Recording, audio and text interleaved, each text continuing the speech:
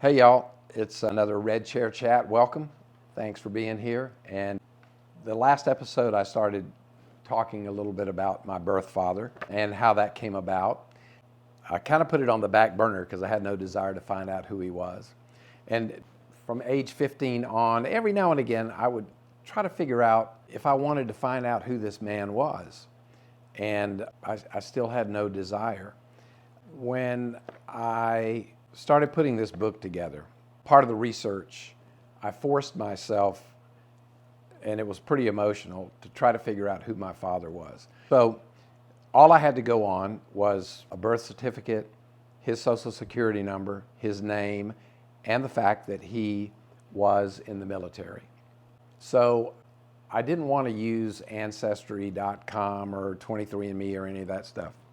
Quite frankly, I was nervous that I might connect with a child I had out there that I didn't know about. So anyway, I started doing some Google search, and I came upon this website, really crazy website called Find a Grave.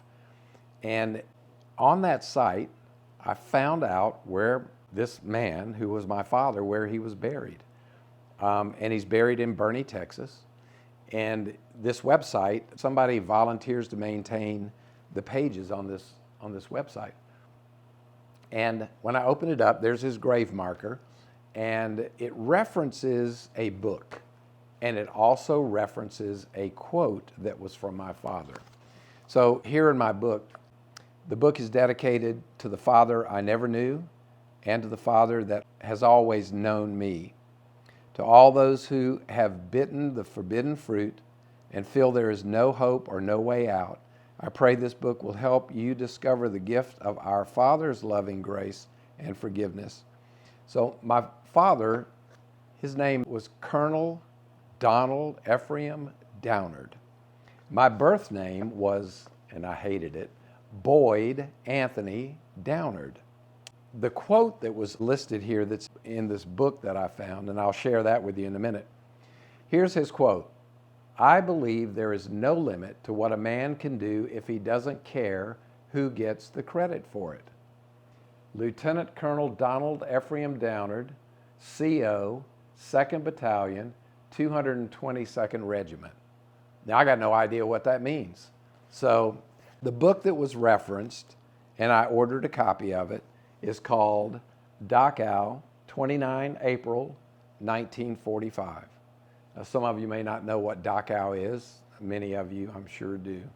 It was one of the first Jewish internment camps. And this book is about the Rainbow Liberation Memoirs. When I got this book, I opened it up, page 72, and there on page 72 is a picture of my father. And this was 2 years ago. This is the first time I'd ever seen a picture of my father. I'm not sure if I look like him or not. So I proceeded to do as much research as I possibly could do on my father based on what's written in this book. My father is listed 43 times in this book, and some great stories from the men that he commanded. And through this whole process, I ended up connecting in the most bizarre way with one of my half-brothers. That story we'll tell down the road. So I discovered who my real father was. I'm going to wait until our next little episode, and I'll share some more information about the man that I never knew who is my father, who, by the way, is a war hero. Thanks for joining us. I'll see you next visit.